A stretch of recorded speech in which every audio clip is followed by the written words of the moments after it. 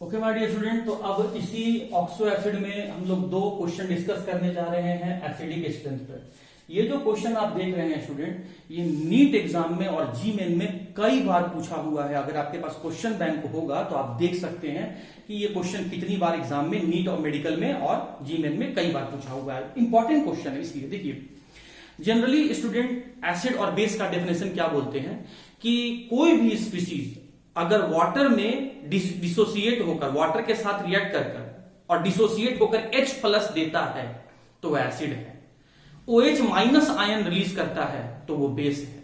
लेकिन my dear student, एक बात बताओ, अगर उस मॉलिक्यूल में, अगर उस स्पीसीज में हाइड्रोजन ना हो तो वो तो बेस नहीं है या एसिड नहीं है आपके हिसाब से। अगर हाइड्रोक्सी नहीं दे तो आपके हिसाब से तो बेस नहीं है। अगर वो हाइड्रोजन H प्लस को रिलीज नहीं करे तो वो एसिड नहीं है, वो एसिड तो नहीं होगा। तो स्टूडेंट ये डेफिनेशन आपका गलत है। आप क्या डेफिनेशन बोलेंगे, क्योंकि आप 12th में आ गए हैं, आप हाईयर क्लास में आ गए हैं, तो सही डेफिनेशन बोलना सीखिए।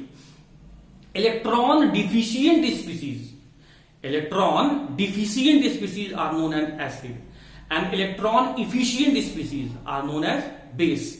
और सिंपल करके बोल देता हूं, electron poor species are known as acid, electron rich species are known as base. ये सही डेफिनेशन है, इसको बोलना है आपको।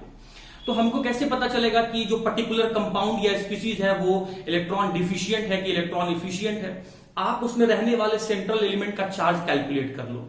जिसके ऊपर चार्ज का वैल्यू, पॉजिटिव चार्ज का वैल्यू जितना ज्यादा होगा, इसका मतलब वो उतना ज्यादा इलेक्ट्रॉन को लूज कर दिया है, वो उतना ज्यादा इलेक्ट्रॉन डिफिशियंट हो गया है, वो उतना ज्यादा एसिडिक नेचर का होगा।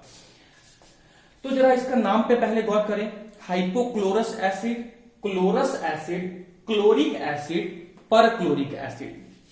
हाइपोक्लोरस एसिड में क्लोरीन का ऑक्सीडेशन स्टेट +1, क्लोरस एसिड में क्लोरीन का ऑक्सीडेशन स्टेट +3, क्लोरिक एसिड में क्लोरीन का ऑक्सीडेशन स्टेट +5, परक्लोरिक एसिड में क्लोरीन का ऑक्सीडेशन स्टेट +7। मैंने क्या बोला था? जितना ज्यादा इलेक्ट्रॉन डिफिशियंट स्पीसीज है उतना ज्यादा एसिडिक स्ट्रेंथ है।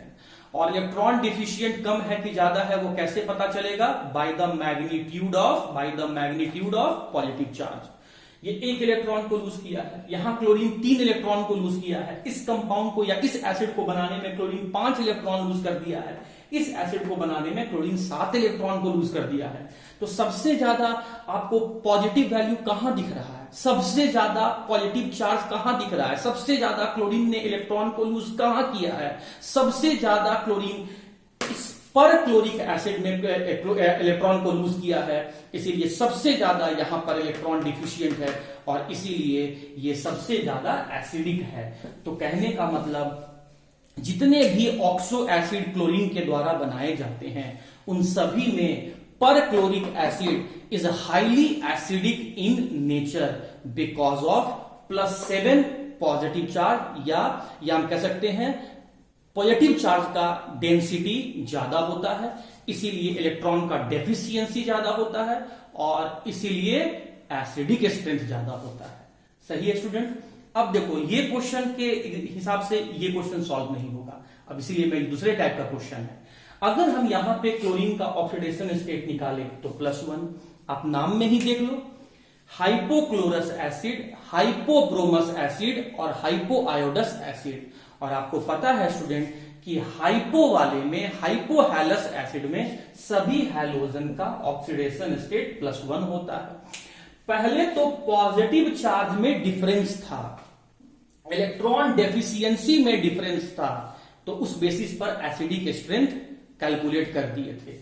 यहां पर क्लोरीन सबसे ज्यादा इलेक्ट्रॉन लूज किया, इसीलिए सबसे ज्यादा पॉजिटिव चार्ज दिखा, सबसे ज्यादा इलेक्ट्रॉन का डेफिशिएंसी दिखा, इसीलिए सबसे ज्यादा एसिडिक है। बट यहां क्या, यहां तो हर हैलोजन का यहां ऑक्सीडेशन स्टेट सेम दिख रहा है। यहां सभी हैलोजन ने एक ही इलेक्ट्रॉन लूज किया है, यहां सभी जगह हमको इलेक्ट्रॉन का डेफिशिएंसी हमको सेम दिख रहा है। तो स्टूडेंट, जो डेफिनेशन तुम बोलते आ रहे हो उस पर आ जाओ। इनमें से जो जितना जल्दी H प्लस को रिलीज कर देगा, इन एसिड में से जो भी जल्दी H प्लस को रिलीज कर देगा वो उतना ज्यादा एसिडिक स्ट्रेंथ का होगा। देखिए, यहां भी हाइड्रोजन ऑक्सीजन, यहां भी हाइड्रोजन ऑक्सीजन, यहां भी हाइड्रोजन ऑक्सीजन है। मतलब इन तीनों में हाइड्रोजन और ऑक्सीजन तो कॉमन है, सेम है, लेकिन हैलोजन अलग अलग है। और आप जानते हैं स्टूडेंट कि हैलोजन अलग अलग है, तो इसका मतलब कहीं ना कहीं लॉजिक, कहीं ना कहीं आंसर हैलोजन में ही छुपा हुआ है। अब जरा गौर करना, यहां जो हैलोजन क्लोरीन है उसका स्ट्रक्चर मैंने यहां बनाया है। यहां जो हैलोजन क्लोरीन है उसका इलेक्ट्रोनेगेटिविटी क्या है? 3 है। यहां ब्रोमीन का इलेक्ट्रोनेगेटिविटी क्या है? 2.7 है। और यहां आयोडीन का इलेक्ट्रोनेगेटिविटी क्या है? 2.6 है। देखिए, क्लोरीन, ब्रोमीन और आयोडीन में से इन तीनों में से सबसे ज्यादा इलेक्ट्रोनेगेटिविटी क्लोरीन का है। इसीलिए क्लोरीन ऑक्सीजन वाले बॉन्ड को स्ट्रांगली पुल करता है और ऑक्सीजन स्ट्रांगली अट्रैक्ट होता है, इसीलिए ये वाला बॉन्ड के डिसोसिएट होने का टेंडेंसी बढ़ जाता है। मतलब इस वाले बॉन्ड का पोलराइज होने का टेंडेंसी बढ़ जाता है। सुनो मैं क्या बोल रहा हूं भाई, माय डियर स्टूडेंट्स, आप ये बात तो जानते हैं ना कि क्लोरीन का, ब्रोमीन का, आयोडीन का इलेक्ट्रोनेगेटिविटी का वैल्यू कितना होता है। इन वैल्यू को देखकर कम ज्यादा तो आप प्रेडिक्ट कर सकते हैं कौन सा वैल्यू कम है और कौन सा वैल्यू ज्यादा है। एसिड तभी होगा जब ये H+H+H+ रिलीज करेगा, और जो जल्दी H+ रिलीज कर देगा वो ज्यादा एसिडिक हो जाएगा। क्लोरीन का इलेक्ट्रोनेगेटिविटी ज्यादा है, किसके कंपैरिजन में ज्यादा है? ब्रोमीन और आयोडीन के कंपैरिजन में ज्यादा है। इसीलिए क्लोरीन ऑक्सीजन को स्ट्रांगली पुल करता है, और ऑक्सीजन के स्ट्रांगली पुल हो जाने से ऑक्सीजन हाइड्रोजन बॉन्ड के टूटने का टेंडेंसी सबसे ज्यादा, इसी को बोलते हैं ऑक्सीजन हाइड्रोजन बॉन्ड का पोलराइज होने का टेंडेंसी ज्यादा, H+ रिलीज होने का टेंडेंसी ज्यादा, और एसिडिक स्ट्रेंथ कम। लेकिन इसके कंपैरिजन में जब हम हाइपोआयोडस एसिड में आते हैं तो क्लोरीन के तुलना में आयोडीन का इलेक्ट्रोनेगेटिविटी कम है, और जब आयोडीन का इलेक्ट्रोनेगेटिविटी कम है तो वो ऑक्सीजन के ऊपर एक वीक फोर्स लगाता है, ऑक्सीजन को वीकली अट्रैक्ट करता है। और जब ऑक्सीजन वीकली अट्रैक्ट होता है तो ऑक्सीजन और हाइड्रोजन के बॉन्ड का टूटने का टेंडेंसी कम होता है, ऑक्सीजन हाइड्रोजन बॉन्ड के पोलराइज होने का टेंडेंसी कम होता है, हाइड्रोजन रिलीज होने का टेंडेंसी कम होता है, एसिडिक स्ट्रेंथ कम होता है। तो इस क्वेश्चन में मैं एसिडिक स्ट्रेंथ डिसाइड कर रहा हूं on the basis of release of H+ या प्रोटोन आयन, और यहां मैं डिसाइड कर रहा हूं on the basis of positive charge. Positive charge ज्यादा, इसीलिए यहां पर इलेक्ट्रॉन का डेफिशिएंसी ज्यादा, एसिडिक स्ट्रेंथ ज्यादा। लेकिन इन सभी में पॉजिटिव चार्ज सेम, तो अब हम क्या कहेंगे?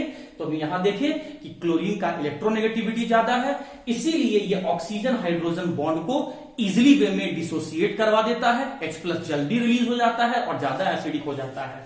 आयोडीन का इलेक्ट्रोनेगेटिविटी कम है, इसीलिए ऑक्सीजन हाइड्रोजन बॉन्ड को पोलराइज कम करवाता है, टूटने का टेंडेंसी कम हो जाता है, H+ देने का टेंडेंसी कम हो जाता है, और एसिडिक स्ट्रेंथ कम हो जाता है। और दोनों क्वेश्चन, खासकर first question examination point of view से बहुत इंपॉर्टेंट था। तो उम्मीद करता हूं स्टूडेंट आपको एसिडिक स्ट्रेंथ समझ में आ गया होगा। अब हम आते हैं इंटर हैलोजन कंपाउंड क्या होता है उसको समझते हैं।